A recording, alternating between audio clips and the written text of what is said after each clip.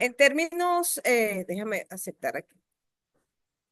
En términos generales, nosotros tenemos ahí una estructura base que es una especie de óvalo que está allá abajo, ¿verdad? Unido por una cantidad de flechas a distintas figuras geométricas que tienen, unas son, ¿cómo es? Son regulares, otras no son regulares, ¿ok?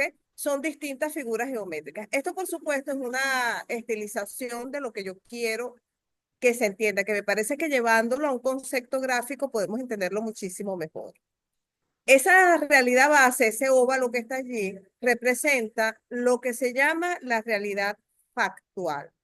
Es decir, la realidad factual es la realidad real, la realidad de hecho, tal como nosotros la vivimos, tal como nosotros la experimentamos en nuestro día a día. Esa realidad, por supuesto, incluye muchas cosas, ¿ok? Si yo pregunto de manera intuitiva para ustedes, el conjunto de la realidad, ¿qué comprende? Los escucho.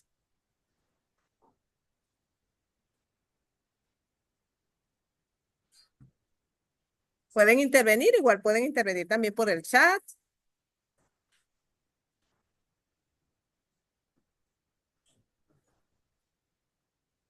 Las convenciones estarían dentro del conjunto de la realidad, ¿no? Ajá.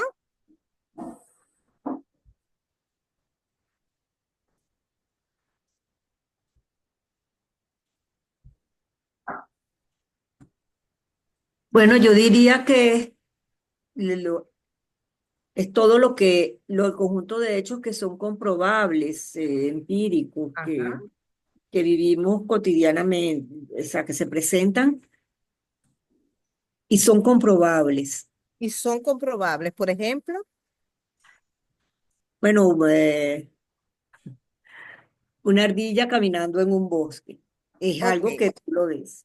ok, es comprobable porque yo, mi percepción me dice Sí, que que yo le lo puede, percibo visualmente, auditivamente, etcétera. Muy difícil que táctilmente porque las ardillas son muy rápidas. ¿Ok? menos Pero, exacto, va sí. corriendo. Pero es algo que yo digo, ah, esto es real. O sea, que tú estás estableciendo que la realidad está conformada por todo lo que nuestros sentidos pueden comprobar como real. ¿Ok? Si es así, hay otra cosa que es lo no comprobable, que está más allá de lo real. ¿Es así? Es lo que se Sí, explica, María Luz. Ok, sigamos escuchando opiniones. Lo que pasa es que tampoco se puede reducir todo a la percepción de los sentidos, porque hay cosas que están dentro de la realidad que no podemos percibir, como por ejemplo los microorganismos. Por ejemplo, Los microorganismos. ahí no te entendí, Microorganismos o los microbios. por ejemplo, los microorganismos. Entonces nosotros contamos para percibir esto, ¿verdad? Con eh, invenciones tecnológicas que son extensión de nuestros sentidos. El microscopio para ver cosas muy pequeñas, el telescopio para ver cosas muy lejanas, ¿ok? Tenemos también, por ejemplo, una cosa tan difícil como los olores. Contamos con aparatos tecnológicos que son capaces de detectar las partículas en el aire y definir, pues, por supuesto, la composición de olores de distintas sustancias. Podemos tener también otra cantidad de aparatos tecnológicos que amplifican los sentidos y pueden explorar la realidad. ¿Ok? ¿Sí? ujú, Entonces, esa realidad, en cuanto se comprueba, que es lo que está diciendo María Luz, viene a integrar el conjunto de las cosas reales. Por ejemplo, cada vez que los astrónomos eh, notifican que han descubierto, ellos dicen, lo descubrimos, descubrimos un nuevo planeta, pero lo descubrieron, o sea, lo descubres porque primera vez que tú lo ves, que tú compruebas que está ahí, pero eso estaba ahí antes, ¿no? ¿Sí? Pero en el momento en que la ciencia nos certifica que eso está allí, pasa a formar parte del conjunto de las cosas reales. Eso siguiendo el razonamiento que había establecido Luz y tratando de, se están dando cuenta de lo que estamos haciendo aquí, ¿verdad? Es decir, estamos tratando de discutir desde nuestra percepción, desde nuestro razonamiento, algo que damos por sentado que está allí y que sabemos, y sobre todo, damos por sentado que sabemos qué es. ¿Sí?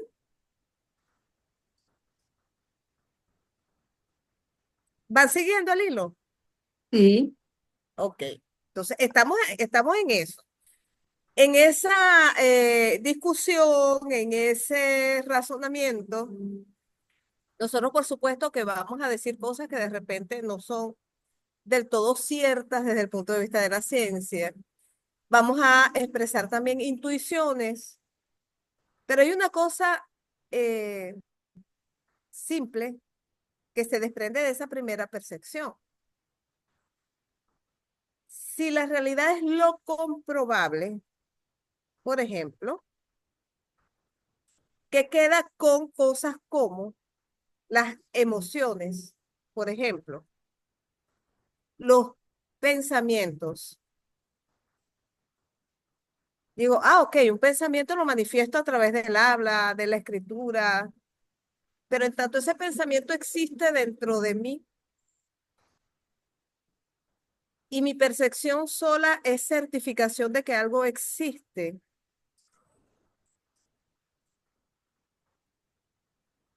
Lo vemos a cada rato cuando hacemos relatos de hechos, cómo la realidad es percibida por una persona y por otra de manera totalmente distinta y a veces contradictoria.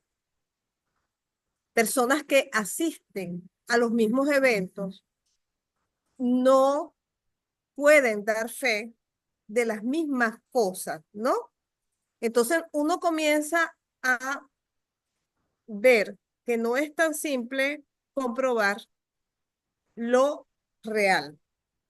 Veamos un ejemplo, sin meternos en terrenos esotéricos, es decir, sí nos vamos a meter, pero no para plantear, para hacer presupuestos, para hacer planteamientos esotéricos acá, porque no es nuestro campo de acción, ¿no? Nosotros estamos acá para trabajar desde el punto de vista académico con algunas cosas, ¿no? Yo conocí una señora, veamos este relato, que ella, no sé si ustedes conocen unos seres fantásticos que están en el estado Sucre, yo digo son fantásticos, pues, es mi percepción, que se llaman los encantados del agua. No sé si ustedes han escuchado hablar de ellos, ¿no? Seguramente en los sitios donde ustedes son hay cosas parecidas, ¿no? Los encantados son una especie de duendes que viven en el río y ellos actúan pues como los duendes de la tradición popular venezolana. Ellos se roban a los niños, se enamoran de las muchachas, ejercen sobre la gente una especie de fascinación y se los llevan al río y los ahogan, ¿no? Algunos que son, pues, ellos los consideran, pues, muy bellos, se los llevan a vivir con ellos y esa gente desaparece y después vuelve a aparecer tiempo después, pues, con alguna sabiduría, con algo que han aprendido o simplemente contando historias de haber estado cautivos, haber sido esposas o esposos de estos seres durante largo tiempo y por alguna razón deciden liberarlos posteriormente, ¿no?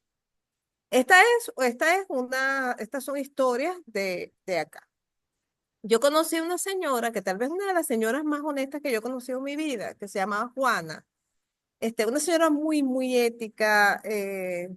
Yo a Juana le hubiese puesto con toda confianza un hijo mío en las manos, dinero mío en las manos. Juana era extraordinariamente buena y una persona muy recta. Pues ella me contaba que a ella, un encantado se la llevó durante 3 meses. Estuvo viviendo con este hombre, sirviéndole en su casa durante unos 3 meses. Y luego él decidió, como ella era una persona muy honrada y como era una persona muy bien portada, muy educada, porque algo que no soportan los encantados es la vulgaridad, ¿no? La vulgaridad no la toleran. Y de hecho, esa es una manera de espantarlos, insultarlos. Cuando los insultas se van. Entonces, como ella era muy educada, decidieron, pues, liberar. Ella me contaba esto. Para ella, esto no era, ella no me estaba engañando. Para Juana, esto era su realidad. Era eso. Solamente que la realidad de Juana tenía su límite puesto en un punto un poquito más allá de donde yo lo tengo, ¿no? Cuando yo doy estas clases, yo le pregunto a mis estudiantes sin meterme en disputas religiosas de ningún tipo, si creen en Dios, ¿no? Y siempre hay unos que levantan la mano, sí, yo creo en Dios, otros me dicen que no, etcétera, ¿no? La situación normal. Unos creen, unos medio creen, unos no creen, etcétera. Entonces, claro, en esa realidad común que yo estoy compartiendo con ellos, donde la realidad comprobable es común, hay un ser en quienes creen en Dios, hay un ser supernumerario que pasa a formar parte de la realidad, porque el que cree en Dios como una entidad real. Y esa entidad pasará a formar parte de su realidad y es una realidad que desde el punto de vista de la discusión, en tanto que no es una realidad comprobable para mí, desde los métodos de comprobación de realidad que yo tengo, para mí cabe colocar en el lugar donde está Dios un lugar de incertidumbre. Forma parte para mí de esos objetos raros de la realidad sobre los cuales yo no puedo decidir. Para un creyente no hay cuestionamiento. La realidad se presenta y viene de una vez este objeto incorporado. Nosotros hicimos la vez pasada un ejercicio y yo les pedía, por favor, imaginen el ser más extraño que ustedes se puedan imaginar. Y ahí voy a hacer la conexión. Tal vez uno de los seres más extraños que ha inventado la humanidad sea Dios. Imagínense un ser que es omnipotente, omnipresente. Es extraordinario. Yo hablo de invención porque nosotros estamos en el terreno de la teoría de la ficción, ¿ok? Esto no tiene nada que ver con las creencias de cada uno de ustedes y las mías, que respeto totalmente. Y quiero que eso quede como muy claro, ¿no? Porque a mí no me gusta, creo que para ver, me había salido. Eh, Quiero que eso quede muy claro porque a mí no me gusta faltarle respeto a absolutamente nadie, ¿no? Es un ejemplo que estamos poniendo. ¿Y por qué colocar estos ejemplos específicamente? Los encantados del agua, Dios, porque son seres que ponen a prueba los límites de lo que nosotros consideramos real, ¿no? Ahorita vamos a ver cómo este ejercicio nos conecta con la constitución de esos seres. Avancemos un poquito más. Yo tengo esos límites puestos allí donde a mí mi cultura me enseñó que están, ¿cierto? Ahora bien, ¿qué sería, por ejemplo, el Popol Vuh en su contexto, en su época, para la gente de su época. El Popol Vuh, entendemos, es un libro sagrado, ¿no? Pero yo vi el Popol Vuh en el programa de literatura. No sé si ustedes llegaron a ver el Popol Vuh como un texto literario. ¿Lo vieron? ¿Lo revisaron alguna vez? En materias como hispanoamericana, prehispánicas. Yo los oigo. Por eso yo lo vi un poquito, pero así por encima. Oye, no escucho bien Sí, sí lo vimos un poquito por encima. como literatura, ¿verdad? Sin embargo, en algún momento, esos fueron seres reales, porque el Popol Vuh en su momento fue un libro verdadero, incuestionablemente verdadero. Si no nos gustan los ejemplos religiosos, podemos tomar otros ejemplos, los ejemplos desde el punto de vista de las ciencias. Tenemos cantidad de tratados antiguos que en su momento eran ciencia, en su momento eran verdad, y por ser en su momento verdad, se consideraban reales. ¿Por qué hablar de todas estas cosas? Hablamos de todas estas cosas en el contexto de la teoría de la ficción porque esta discusión nos permite entender que la realidad, cuando la tratamos desde diversos puntos de vista, es una realidad relativa. Va a depender de un conjunto de factores, es un concepto complejo y sobre todo nos va a permitir deslindar dentro de la teoría de la ficción dos conceptos fundamentales: lo que es verdad de lo que es real. ¿Bien? Alguien la vez pasada hizo una pregunta, que era periodista. Me disculpa que no me acuerdo del nombre. Jorge, Sonia. Ok. Y yo le decía a Sonia que para el periodismo la verdad era la realidad, porque trataba con hechos, ¿no? Y aún ahí, en el campo del periodismo, de la historia, pues ya lo vimos con Hayden White, ahí se admiten unos márgenes de incertidumbre también.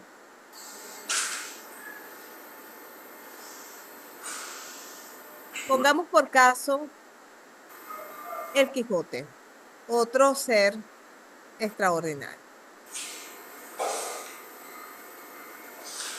El Quijote es real. Puedo ser. Ajá, ya está. Una de las cosas buenísimas que pasa cuando uno está discutiendo teoría de la ficción es que cuando uno comienza muy seguro, ¿no? Uno dice, no, esto sí, esto no. Y cuando va avanzando en la discusión, ya uno comienza a decir, puede ser, más o menos, sí, pero no. ¿Ok? Podemos decir que el Quijote es verdad. Al pie de la letra no, pero seguramente se basó en el personaje de la época, porque hay documentos que ya hablan de que en esa época, por ejemplo, un señor se estrelló peleando con unos molinos de viento, entonces probablemente el autor tomó ese episodio para su personaje. Entonces, digamos que es verosímil, pero sí, también sabemos que es una invención, pues, que es una ficción. también hay una referencia de un personaje histórico que vivió en Caracas, un señor que tenía una armadura de caballero y salió a enfrentar a los piratas que invadían la ciudad de Caracas en esa época. Hay gente que la asocia con el Quijote.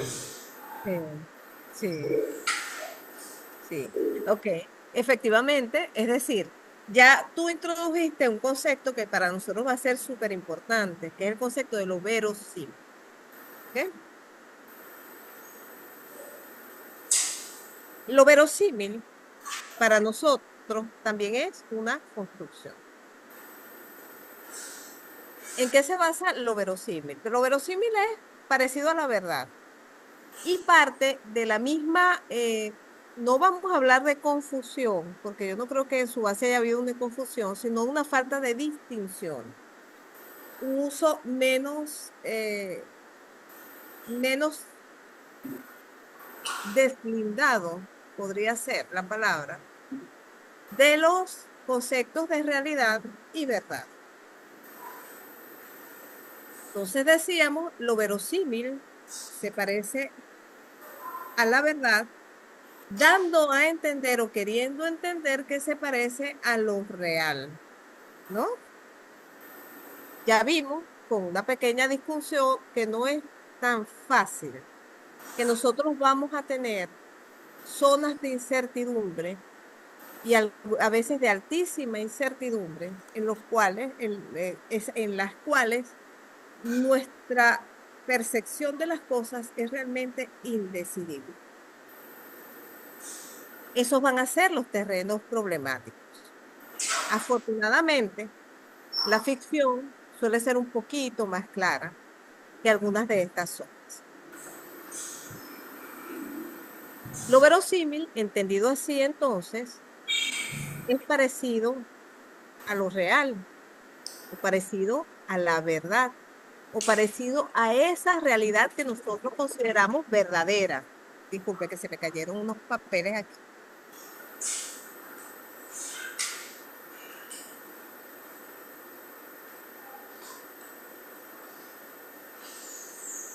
Entonces, a esa realidad que nosotros consideramos, pues, verdadera. Pero para nosotros saber eso, tenemos que entender, entonces, qué es eso que nosotros consideramos lo real.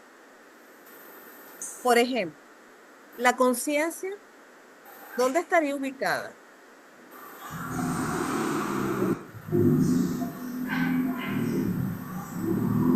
Yo suelo hablar de la realidad como una cosa externa a mí. Y es eso así.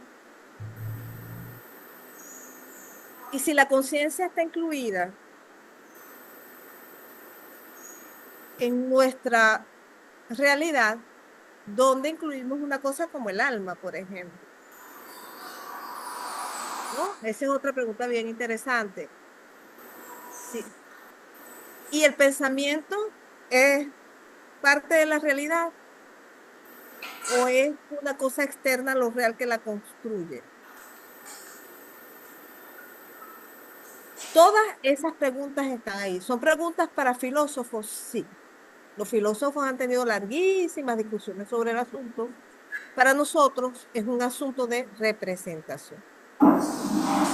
Tiene que ver con cómo los textos construyen nuestra percepción de lo que es real y no es real. Es más, tiene que ver con cómo los textos construyen lo que es real y no es real para nuestro yo ficcional, que es ese instrumento nuestro que trabaja con el pensamiento, con nuestra enciclopedia completa, con nuestra capacidad de proyección a futuro y con nuestra imaginación, que viene equipado de todos esos aparaticos que nos permiten a nosotros entrar en un mundo ficticio y comprenderlo. Y llorar con el protagonista, asustarnos con lo que viene, lamentar la muerte de personajes como si se nos hubiera muerto alguien.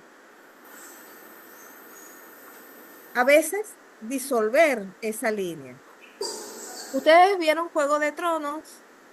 Sí, ¿Leyeron los libros de Martin? no me gustó. Yo los leí. La boda de sangre está, creo que está en el cuarto tomo. Ustedes recuerdan la boda de sangre, ¿no? Sí, Donde se, básicamente se rapan a todo el mundo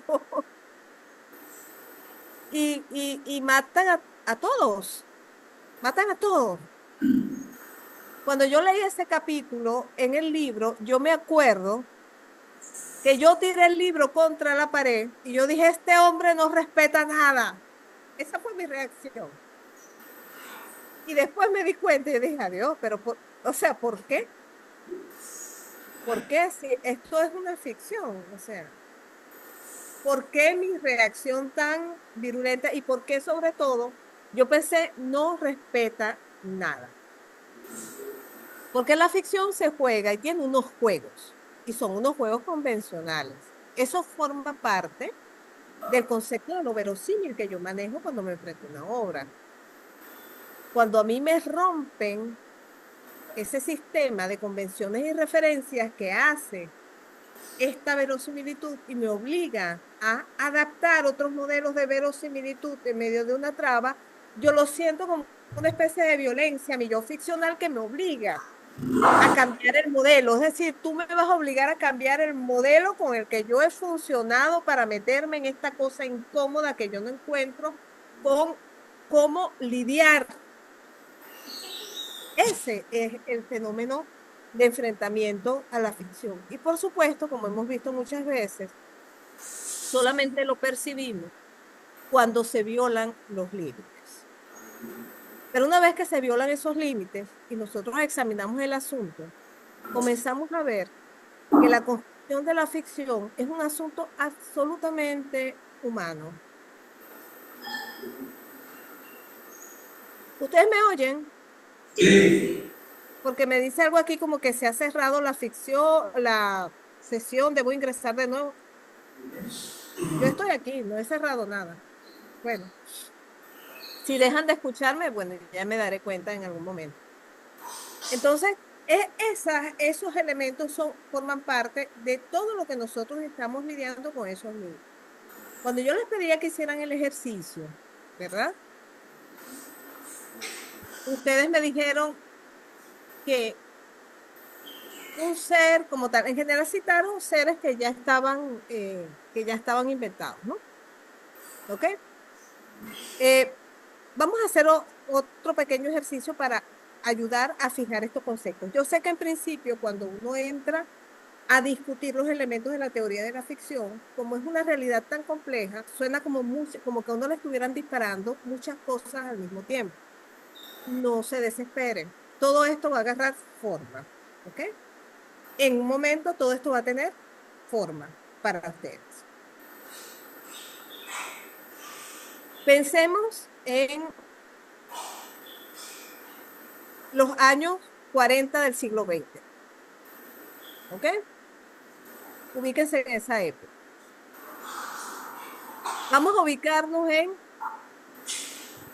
qué sé yo, Nueva York, Manhattan. Es una ciudad, son ciudades ya grandes o pequeñas. Grandes. ¿Tienen edificios? Sí. Ok. ¿Tienen edificios? ¿Automóviles?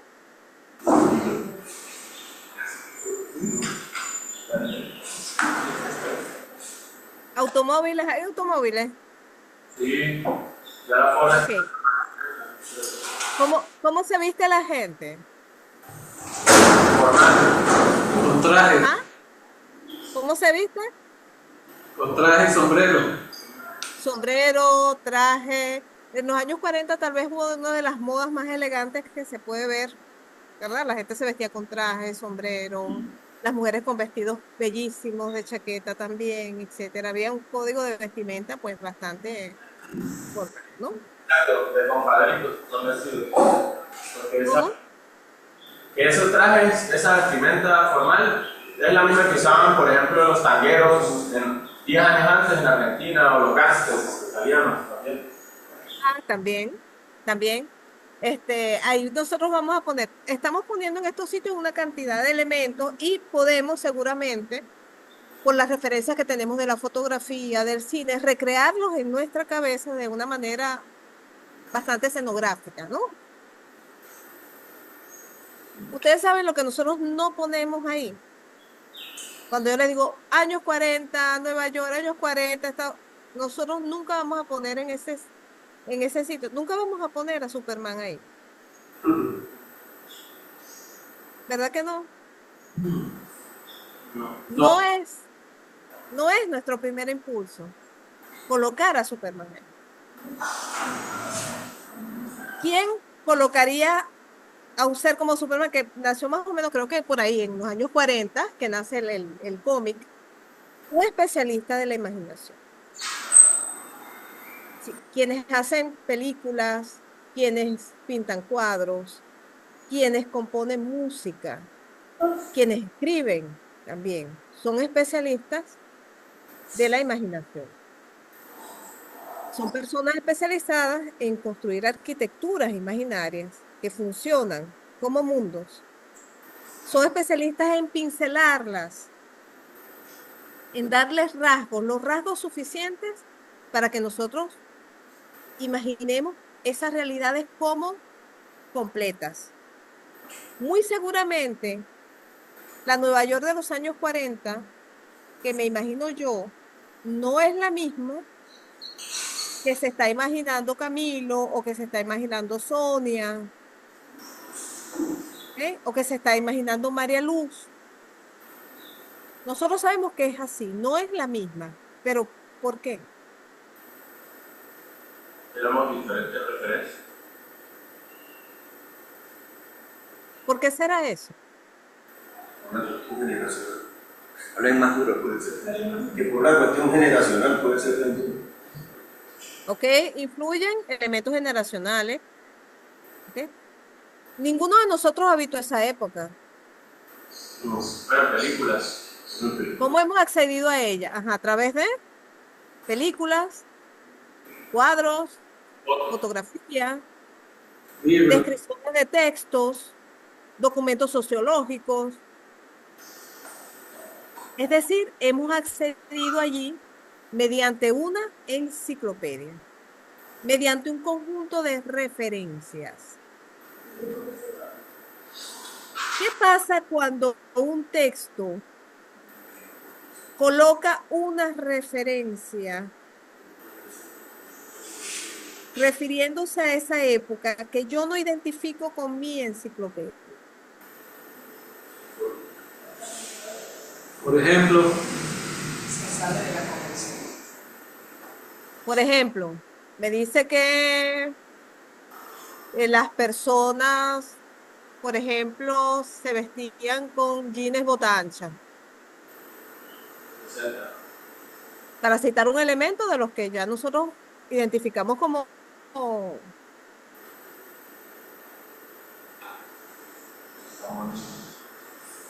¿qué sucede conmigo? se rompe la lógica. Ajá, yo digo, ajá, aquí hay algo que está rompiendo la lógica de construcción de este mundo, tal como mi enciclopedia, es decir, el conjunto de convenciones y representaciones que yo tengo en mi cabeza y he aprendido a través de mi cultura, me dicen que debe funcionar. Aquí hay una violación de un código, ¿no?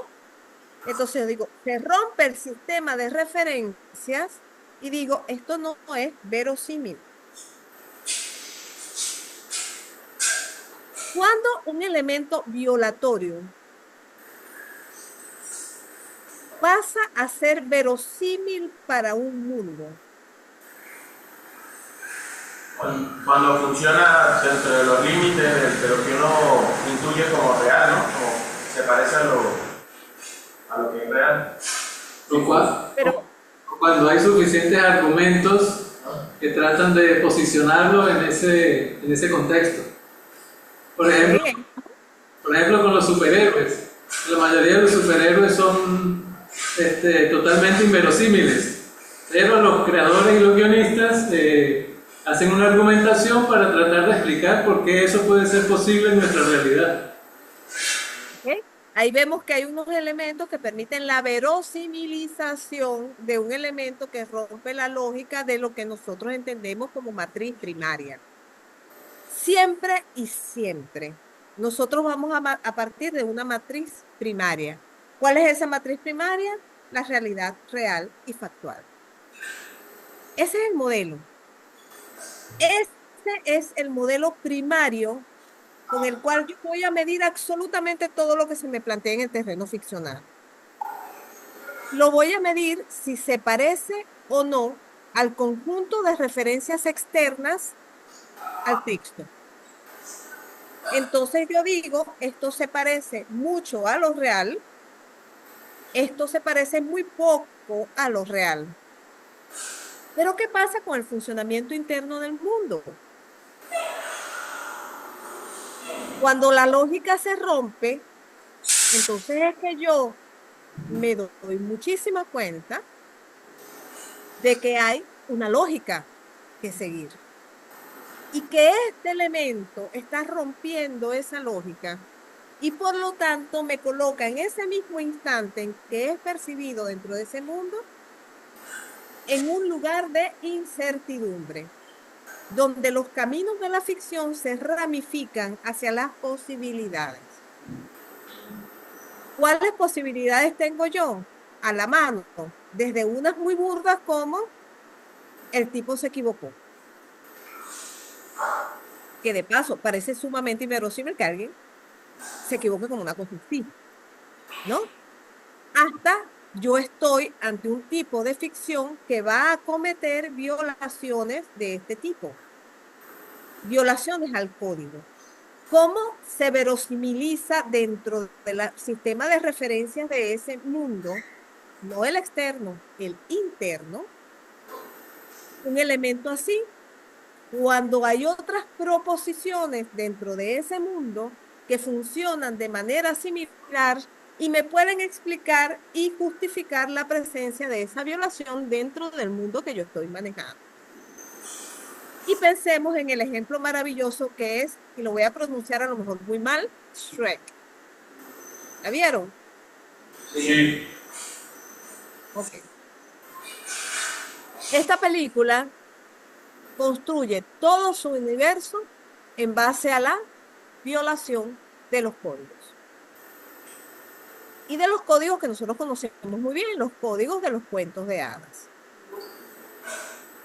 Cuando nosotros captamos la primera violación al código, la primerita, decimos, ya va, ¿qué pasó aquí?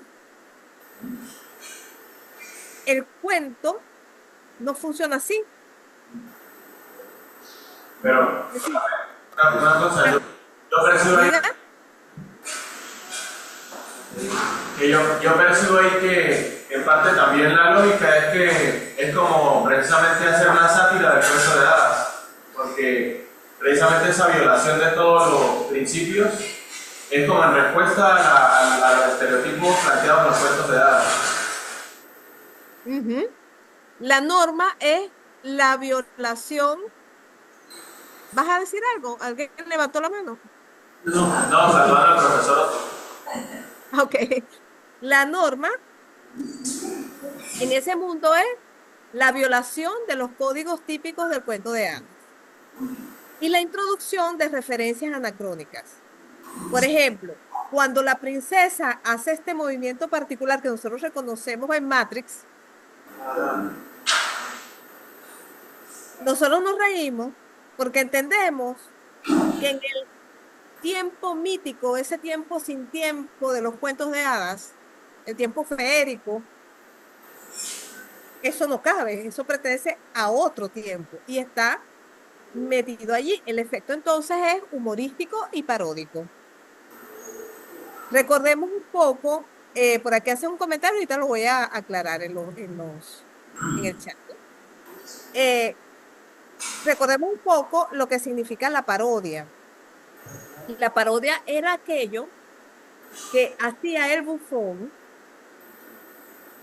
al mismo tiempo que el rey hacía actos serios. Él imitaba los actos del rey de manera humorística, eso era la parodia, estaban uno al lado del otro. El gesto real, serio, solemne, construido en la realidad, y el gesto construido de manera humorística que lo cuestionaba. La parodia siempre es un cuestionamiento. ¿Sí? Entonces, Shrek se basa en esto. Pero, ¿cómo nosotros podemos reconocer que hay una violación? Porque pasa justamente lo contrario de lo esperado. ¿Y cómo sabes lo que tienes que esperar? Porque tenemos referencia de lo que son los cuentos de hadas. Porque hay un conjunto hay unos aparatos, hay unos dispositivos que funcionan de una manera y en lo que el resorte se salta, tú dices, ah, ya va, aquí se rompió algo. Esto no es como yo lo conocía. ¿Y qué ocurre con nosotros entonces? Que nosotros tenemos que ajustar nuestras expectativas, ajustar todo nuestro sistema convencional, ajustar todo nuestro sistema referencial para poder asumir esa ficción. Si no logramos hacer eso, si la propuesta que nos hacen no nos convence, porque el mundo está mal construido, porque no se logra la construcción de la ilusión o la deconstrucción de esa ilusión, que también es una forma de construirla, ¿ok? La metaficcionalidad funcionando de manera coherente. Nosotros no podemos entrar y decimos, ah, este texto es malísimo, esto no me gustó, o cerramos el libro, yo no voy a seguir leyendo esto no me convence, me parece que no es verosímil, no creo que un mundo así derive lógicamente hacia allá, no creo que sea natural para el personaje tal cosa. Y saben, lo que nosotros no nos detenemos a pensar, y tal vez los textos metaficcionales es lo que nos impulsan a pensar, que el texto más realista del mundo, el más realista, pensemos en un texto realista, ejemplo, vamos a ver, ejemplos de textos realistas. Un reportaje, una crónica. Un texto histórico. Un reportaje y dentro de la literatura, un texto realista.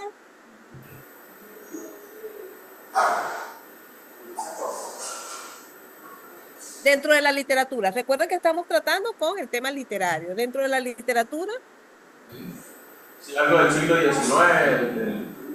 ajá, por ejemplo, el 19 es el siglo del realismo, ¿estamos de acuerdo? La crónica, ¿Ah? la crónica. No, texto literario, literario. Aunque la crónica es un texto, es un texto eh, bien fronterizo, pero se ajusta a estos reales, ¿no? ¿Ok? Pensemos en novelas, por ejemplo, en Venezuela, un texto, una novela realista venezolana. Lanzas coloradas. Ajá, por ejemplo. ¿Por qué decimos que es realista? Porque está basada en una época de, o sea, en guerras que son históricas. Son históricas, uno sabe que lo que ahí se cuenta, pues ocurrió y está contada de una manera, ahí no aparecen seres fantásticos, hay hechos de esta naturaleza que rompan con la lógica de lo real, de lo que nosotros entendemos como funcionamiento de la realidad.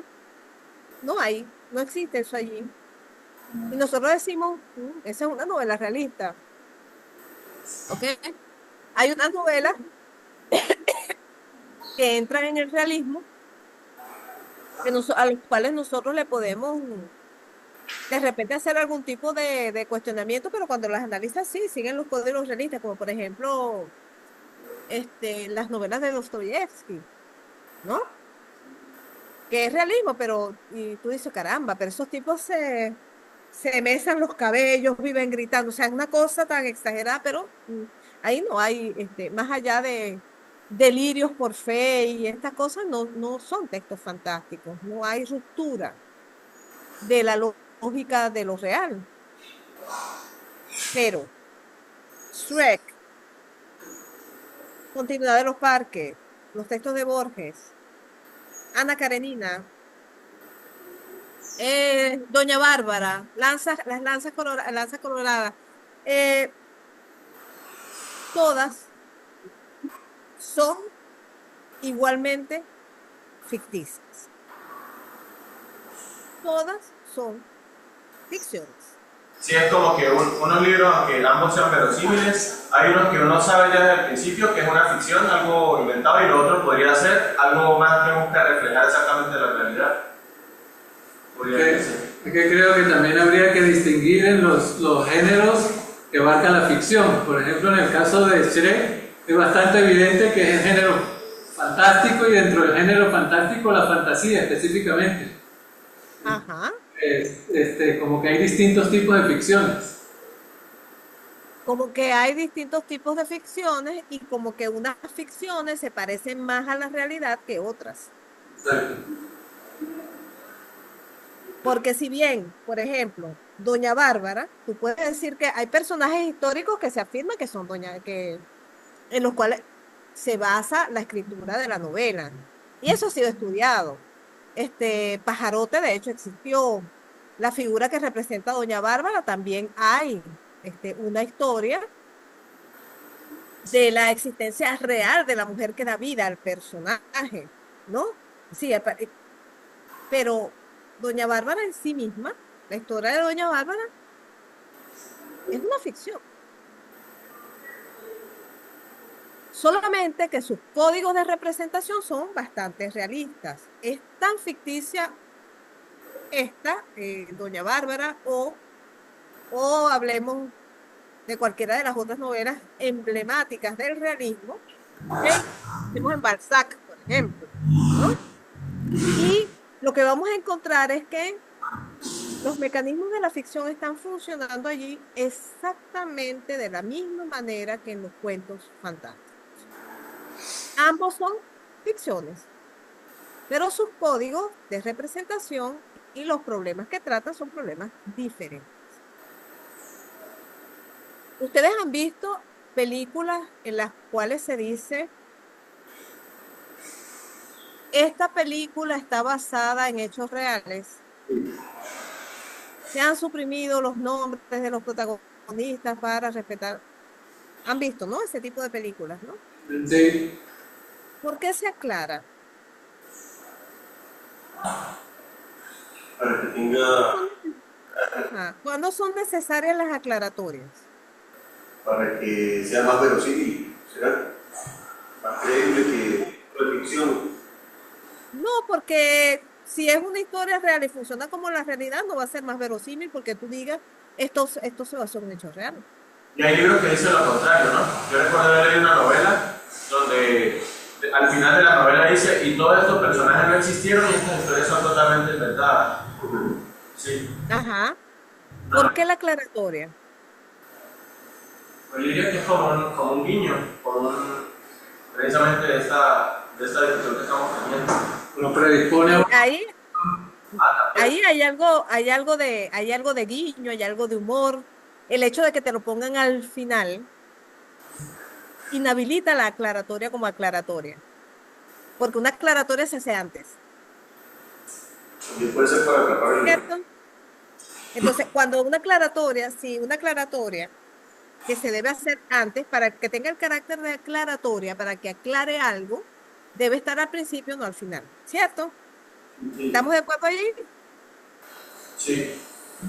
Ok. Entonces, es evidente que ahí hay alguna parodización, ¿cierto? Pero también hay una declaración metaficcional allí. ¿Qué te dice? Hay textos que aclaran que los documentos, que la historia que van a contar pertenece a la realidad. Y la pregunta que se instala en tu cabeza es, ¿por qué tengo que aclararlo? Las aclaratorias se hacen por una razón, si no, pierden sentido.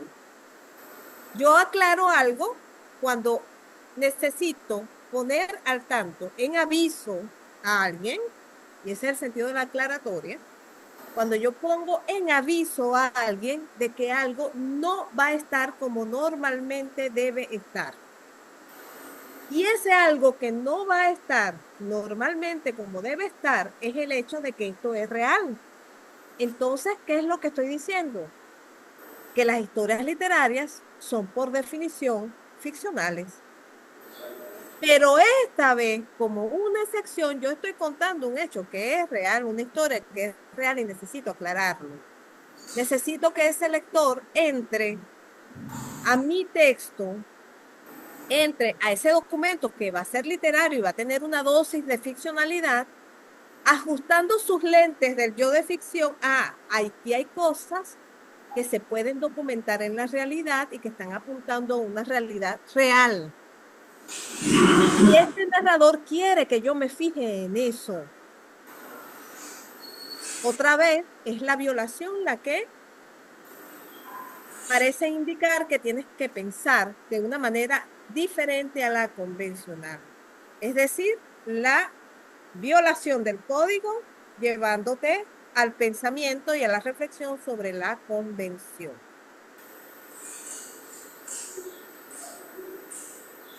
Los personajes del cuento de hadas, así como los superhéroes, también son buenísimos ejemplos para esto. Así como los seres que yo les pedí la clase pasada que ustedes inventaran, nos revelan mecanismos de construcción. Y solamente cuando yo intento pensar en algo muy extraordinario es que tal vez puedo visualizar mejor cuáles son esos mecanismos de construcción. Pensemos en un ser tan extraordinario como Superman, que ya lo usamos. ¿Qué es lo que define a Superman? Superman es uno de los primeros superhéroes. Superman. ¿Qué tiene Superman? Que tiene una fuerza y unos poderes sobrenaturales y que anda vestido de paisano. ¿Por qué decimos sobrenaturales?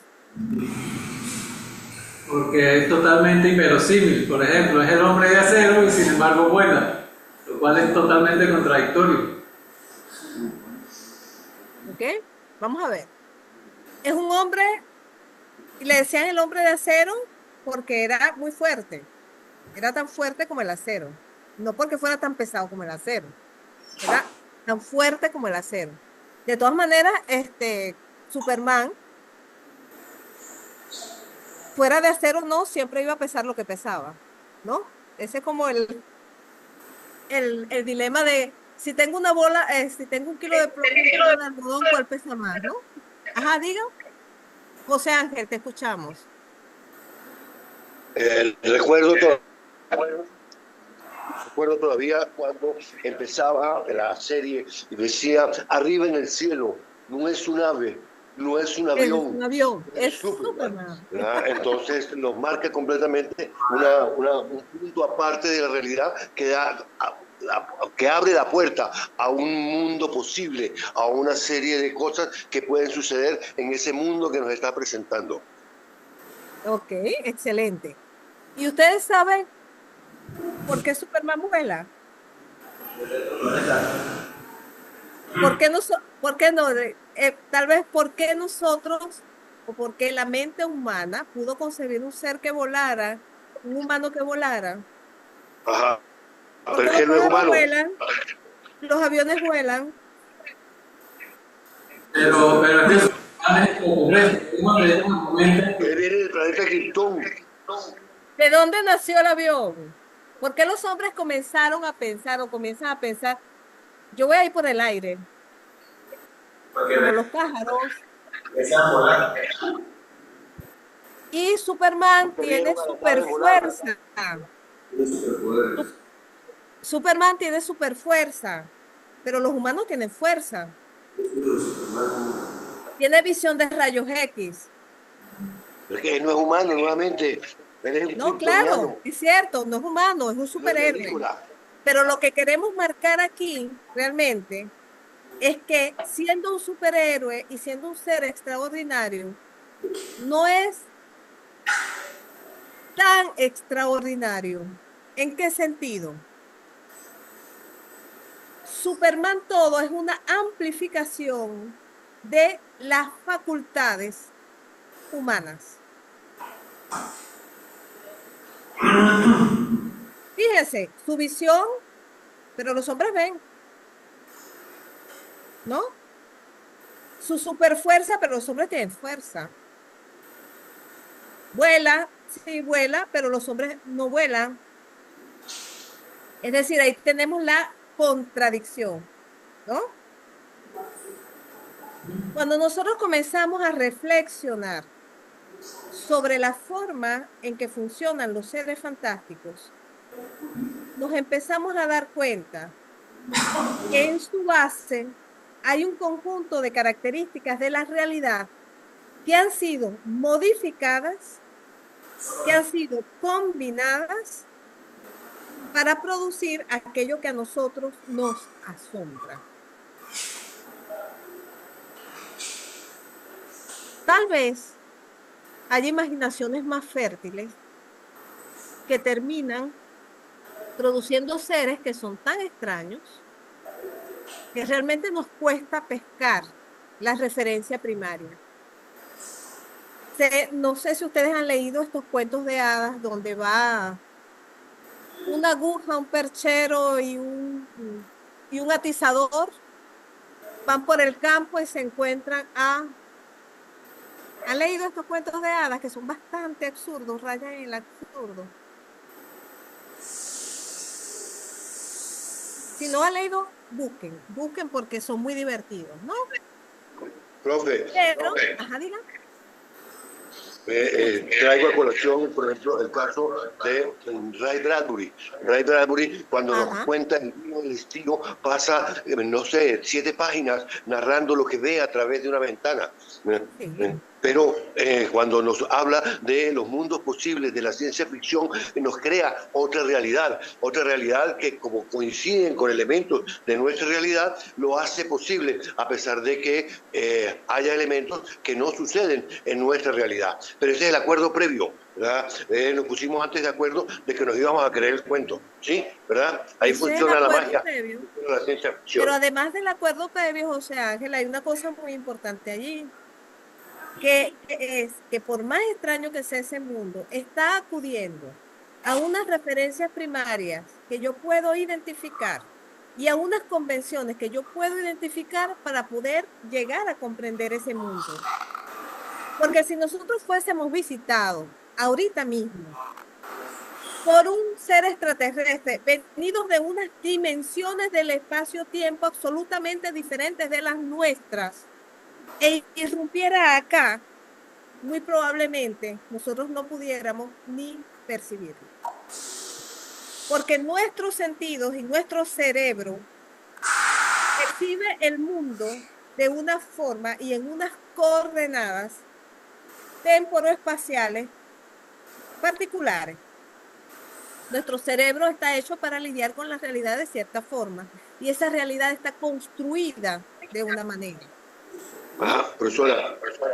Y para construir estos mundos extraordinarios, disculpa Ángel, ya vas a intervenir, estos mundos extraordinarios, siempre tengo que enganchar alguna referencia primaria que me permita a mí comprender esa representación.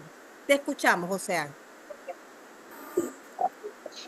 Profe, ¿cómo vería un ser o los seres de un mundo de 2 dimensiones el paso de un ser de 3 dimensiones? Nosotros que somos seres de 3 dimensiones, ¿cómo irrumpiríamos en un mundo de 2 dimensiones? ¿Y qué sería lo que percibirían esas personas que solamente pueden percibir 2 dimensiones? Entonces es la pregunta que usted hace. Un ser que venga de un mundo o de un universo de 7 dimensiones, ¿cómo sería percibido por nosotros humanos que solo percibimos 3? Ay, tú sabes que hay un dibujo animado canadiense extraordinario que plantea ese mismo dilema que tú estás planteando, pero exacto. Es decir, un mundo bidimensional y llega un coroto de 3 dimensiones, ¡pluc! Y cae ahí, ¿no? Y vemos cómo el mundo de 2 dimensiones comienza a tambalearse, a destruirse, esos seres de 2 dimensiones comienzan a temblar porque de alguna manera perciben algo que está, no está, que es muy confuso para ellos, con lo que no pueden lidiar, ¿no? Una especie de conmoción del mundo. Yo lo vi hace muchos años y no lo recuerdo bien, pero vale la pena intentar la búsqueda para verlo. Voy a investigarlo, preguntarle a la gente con las cuales yo hacía cineclubismo en la era prehistórica, y para ver si ellos recuerdan ese dibujo animado y se los paso. Pero efectivamente, estamos lidiando con estas cosas. Cuando yo les pedí en el ejercicio de la clase pasada em, que ustedes inventaran un ser extraordinario, es un ejercicio que yo he hecho muchas veces incluso con niños muy pequeños, ¿no? Con niños de cuarto grado, con muchachos de bachillerato, con maestros de escuela, con estudiantes universitarios, ¿ok? He hecho ese mismo experimento con mucha gente. Y lo extraordinario, es decir, o lo que yo he podido comprobar de esos ejercicios, es que nosotros partimos de unos principios constructivos totalmente convencionales. Para tú comenzar a inventar un ser de ficción, hay mucha gente que te dice, era como una araña, dice, ahí está la matriz, pero en lugar de tener,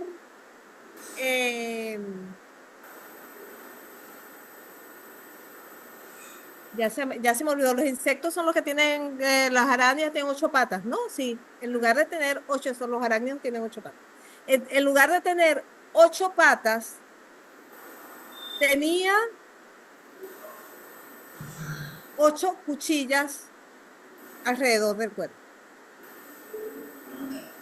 Matriz primaria era como una araña. ¿Qué me da eso? Yo me imagino que una araña, la araña que yo tengo en mi cabeza. Entonces dice, pero en lugar de mecanismo de sustitución, alguien alguna vez pensó una sirena, una mujer o un ser, no es una mujer, es un ser, mitad pez, mitad mujer monstruosa. Combinación. ¿Ves? Y si nosotros vamos repasando la construcción de seres fantásticos, por ejemplo, ubiquémonos en ese bestiario maravilloso que tiene Jorge Luis Borges, que va describiendo cantidad de seres fantásticos.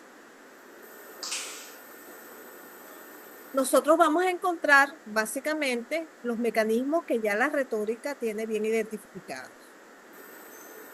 Oxímoron, combinación, sustitución, omisión. Las omisiones son horribles. Un hombre sin cabeza. ¿Ok? La omisión está ahí. Un hombre sin cara. Y ahí podemos ir identificando los mecanismos retóricos. Están en la base de la construcción de esos seres. Esos mecanismos son convencionales. Son convenciones. Y ya lo decía, no me acuerdo cuál de los antiguos, pero nos decía que las combinaciones eran horrorosas y Borges dice otro tanto, ¿no? Con las duplicaciones. Los espejos y los hombres.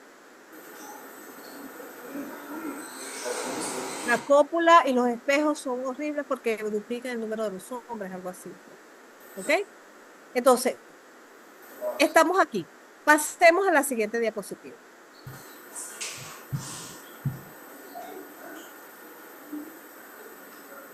Babel insiste en la imposibilidad de ordenar el procedimiento de la ficcionalización, presentándolo como heterogéneo, asimétrico, inestable, singularmente autorregulado, supeditado a transformaciones y resemantizaciones constantes.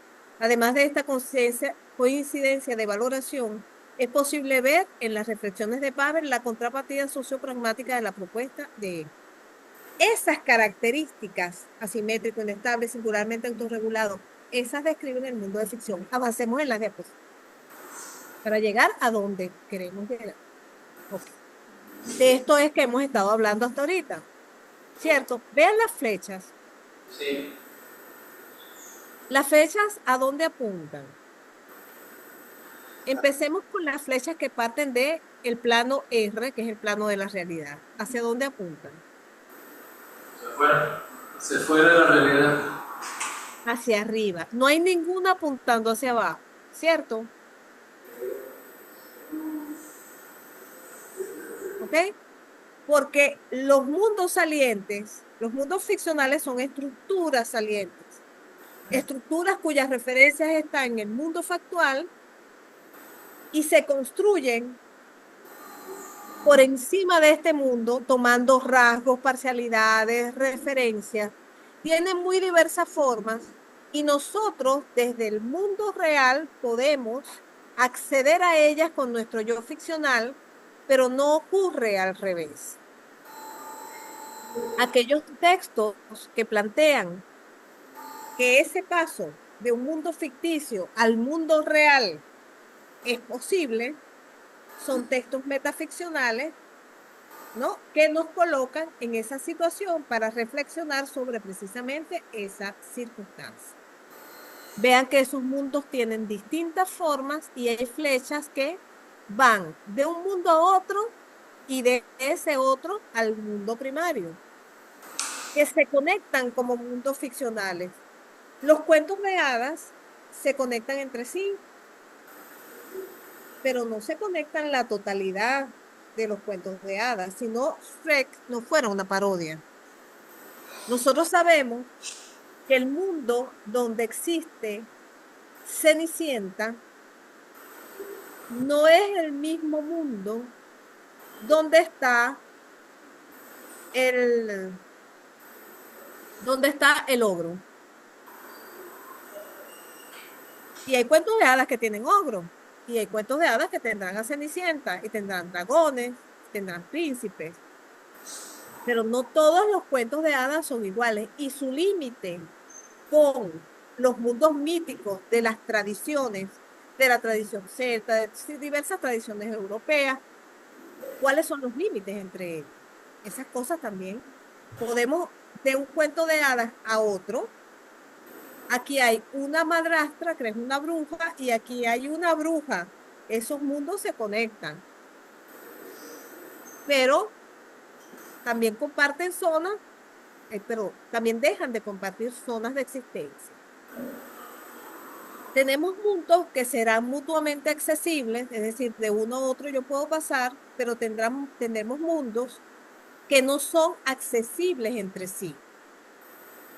Y mundos que, aun siendo ficticios y alejándose de la misma, más o menos la misma distancia de la realidad, no son accesibles entre sí. Por ejemplo, cuando yo los construyo y los hago accesibles, hago o una parodia, constituyo una violación, un universo metaficcional. Por ejemplo, si yo meto en el mundo de Cenicienta un vaquero, No hay coherencia. ahí hay una violación, ambos son ficticios, ¿no? Pero, o meto una nave espacial, pues, pongámoslo así. Un mundo todavía no ni presentido por nosotros, como los mundos de la mano izquierda de la oscuridad, o mundos donde los seres ya han evolucionado a un hermafroditismo perfecto y funcionan en una atmósfera de bajo oxígeno y han colonizado. Eso para nosotros es tan distante como un cuento de hadas. Pero esos cuentos, esos paisajes no se conectan. Ahora, si yo meto un ser de estos en un cuento de hadas, yo estoy creando la propuesta de un universo imaginario nuevo que funciona según las referencias convencionales que yo tengo para ambos universos. Y construyo ahí una cosa que es extraña, cuyas leyes de funcionamiento yo tengo que poner a funcionar con las propuestas del texto, pero que calen en el lector y le permitan construirlo imaginariamente. ¿Me van siguiendo? Sí. Sí. Ok, pasemos a la siguiente lámina entonces. Profe, yo tengo una pregunta. Diga, Es pregunte. sobre una novela venezolana de Fedosy Santaella, En Sueña Matarás. No sé si entra en ese contexto. Nos señala ¿Cuál que no te... ¿Cómo? Fedosy Santaella. Fedosy Santaella, En Sueña. Pero cuál... Ajá, ¿cuál novela? Es un género policíaco que también mezcla lo fantástico. En Sueños Matarás, se llama la novela. Ok. Me presenta una realidad, o sea, de la sociedad, pero al mismo tiempo señalan un lugar, una casona, en donde nos reflejan como un pantocrátor, que es aquel que gobierna, pero que tiene el poder como Jesucristo, ¿sí? Pero entonces obliga a las personas, o sea, que están allí, que viven allí, a ser inmortales. Pero también tiene como una atmósfera quizá misteriosa, porque todo aquel que entre y habita mucho tiempo allí, empieza a olvidar sus recuerdos, y las personas que están allí dentro empiezan a decir que no debe recordar, sino inventar cosas sobre ellas mismas, inventar cosas nuevas sobre ellas. Pero también como que, o sea, le dicen allí, si salen de la casa, entonces, o sea, no le dan esa libertad, tienen que hacer cosas, atrocidades como, no sé, orgías y todas esas cuestiones que le prohíben en la realidad y no pueden ellos salir. Entonces no sé si eso entraría entre lo ficcional. Claro, ellos necesitan al pantocrátor, que está ahí, el jefe de esa casa, deben derrocarlo para poder, o sea, matarlo, para que esa inmortalidad de ellos pueda romperse y ellos salir de esa casa. Pero nos muestran la realidad de la sociedad. Esa es una novela fantástica.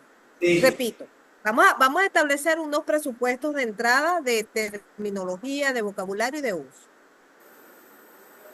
En la teoría de la ficción, asumimos los mundos literarios como mundos ficticios. La literatura es ficción, por definición. Puede acudir a la realidad, por supuesto. Todas las referencias primarias vienen de la realidad, se modifican y se transforman. ¿Ok? Puede tratar con hechos que son reales, comprobados, documentados por la historia, el periodismo, etcétera. La historia reciente, más antigua, pasada, sí. En el momento en que están planteados como texto literario, pasan a ser ficticios.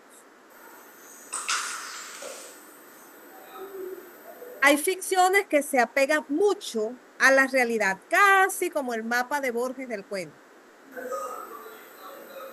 Hay ficciones que se alejan más. Mientras más alejadas, distantes, distintas del funcionamiento de lo real, pues más fantásticas son para nosotros. La novela de Fedonci Santaella, que tú estás comentando, es ficticia, por supuesto, como toda la literatura. ¿Es fantástica? Sí, es fantástica, porque ese tipo de construcción se aleja muchísimo de la forma en que nosotros conocemos que funciona la realidad. Las personas no son inmortales. En la novela tenemos personas inmortales.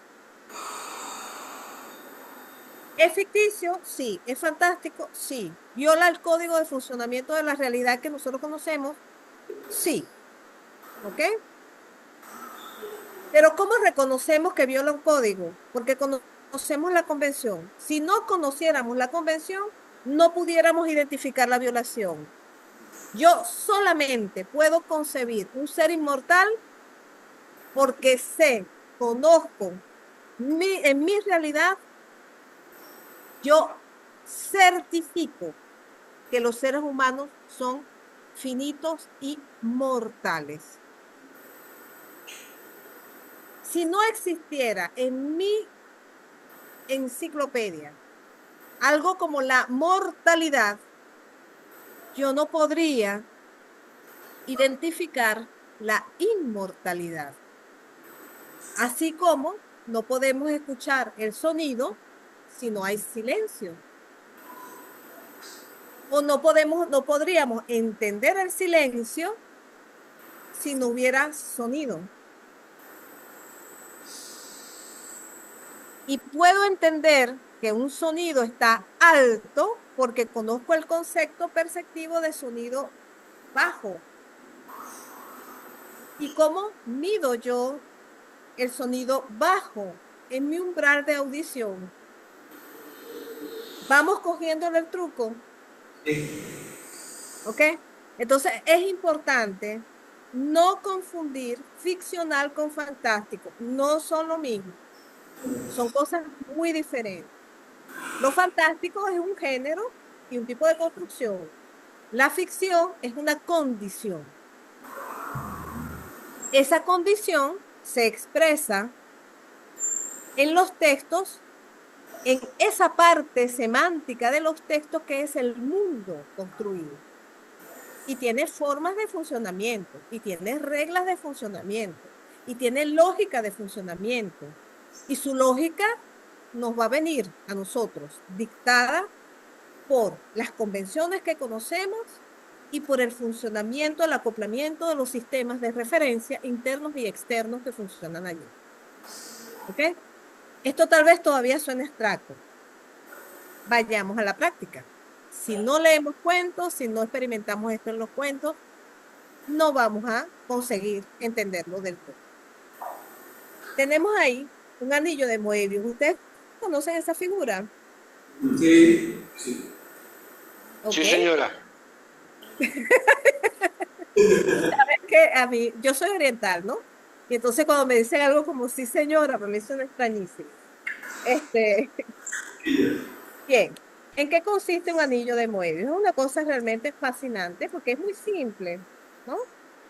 Pertenece a la categoría de objetos que se llama objetos no orientables, es decir, que nosotros no podemos, que están sujetos a muchas incertidumbres espaciales y temporales. ¿Cómo hacemos un anillo de Moebius? Muy simple. Yo tuerzo un papelito y lo junto en su, ¿verdad? Lo pego por aquí. Aquí lo tengo. Ya hice un anillo de Moebius. Eso lo pueden hacer ustedes, es divertidísimo de hacer. Si yo con un lapicero lo sigo, ¿verdad? Yo me voy a dar cuenta que para recorrerlo con el lapicero sin despegar la punta, he recorrido las dos partes, el anverso y el reverso de la cinta, sin despegar el lapicero. Y eso es insólito, porque esto parece violar las reglas en que funcionan los planos.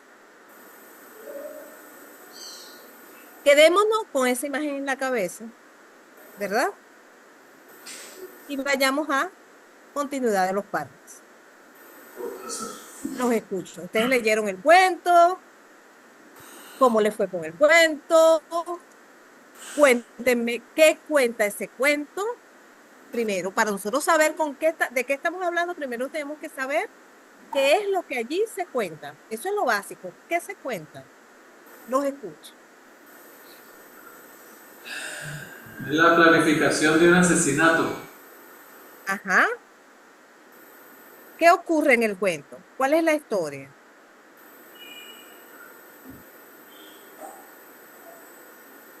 Hay un lector, Ajá.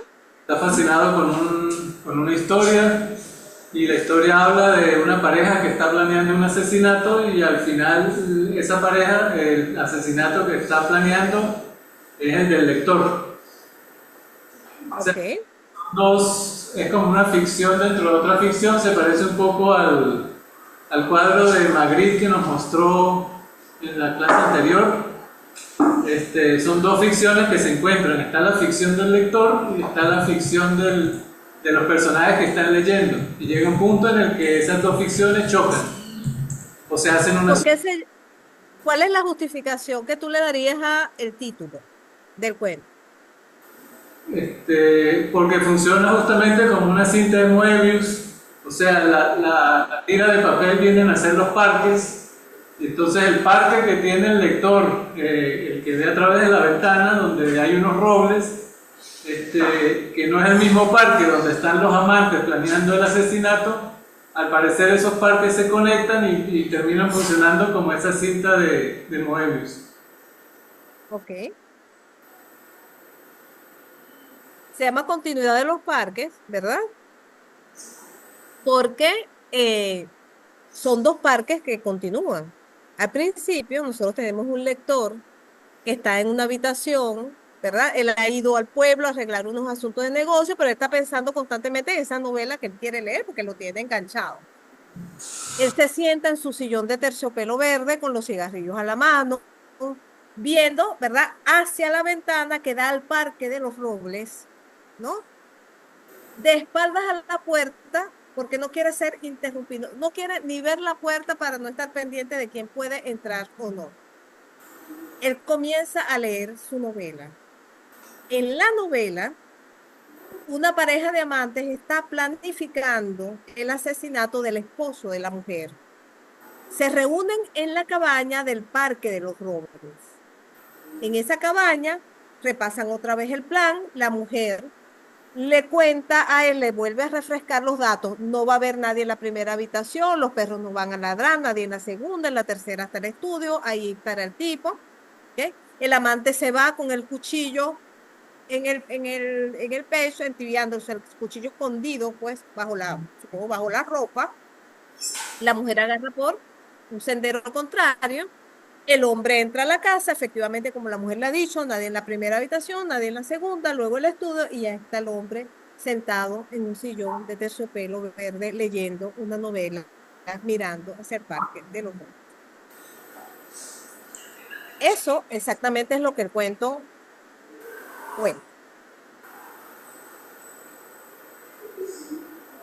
No hay metáforas a las que acudir. No hay circunstancias salvadoras a las que acudir.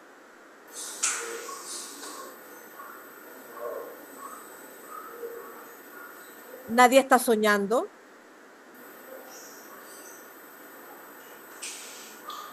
No es una metáfora de absolutamente nada.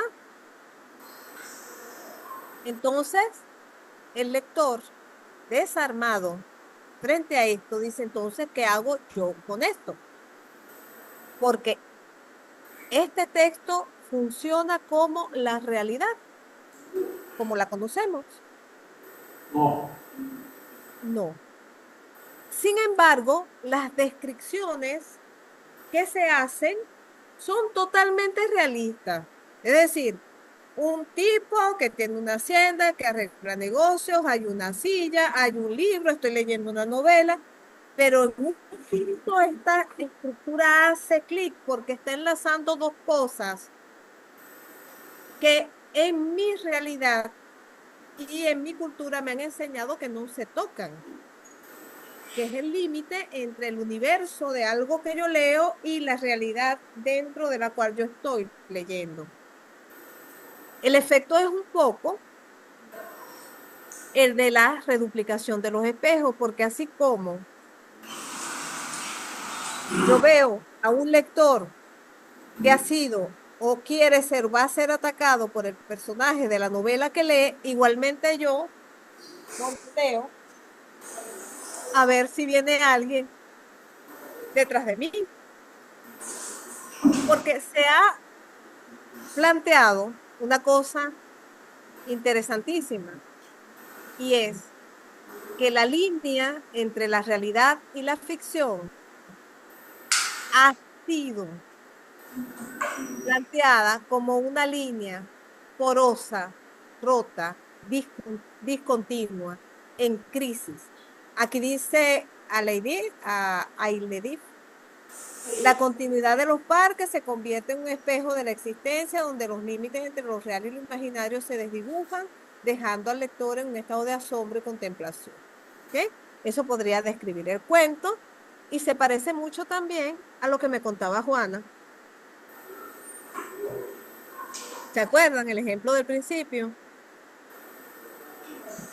Entonces, un cuento como el de Cortázar, y Cortázar, recuerdo la referencia anterior, decía que él era un escritor realista, porque para él la realidad funcionaba de una manera que mucha gente consideraba extraña. Eso forma parte de esa extrañeza y de ese asombro que Julio Cortázar nos pone a nosotros para pensar. Para la clase que viene, vamos a discutir el Aleph, que supone otros problemas. ¿Ok? Pasa la diapositiva para que puedan tener ahí la referencia que vamos a usar. Por favor. ¿Ok? Aquí tenemos el Aleph. Y aquí tenemos dos cosas en las cuales yo pensé cuando leí el Aleph. ¿Ok?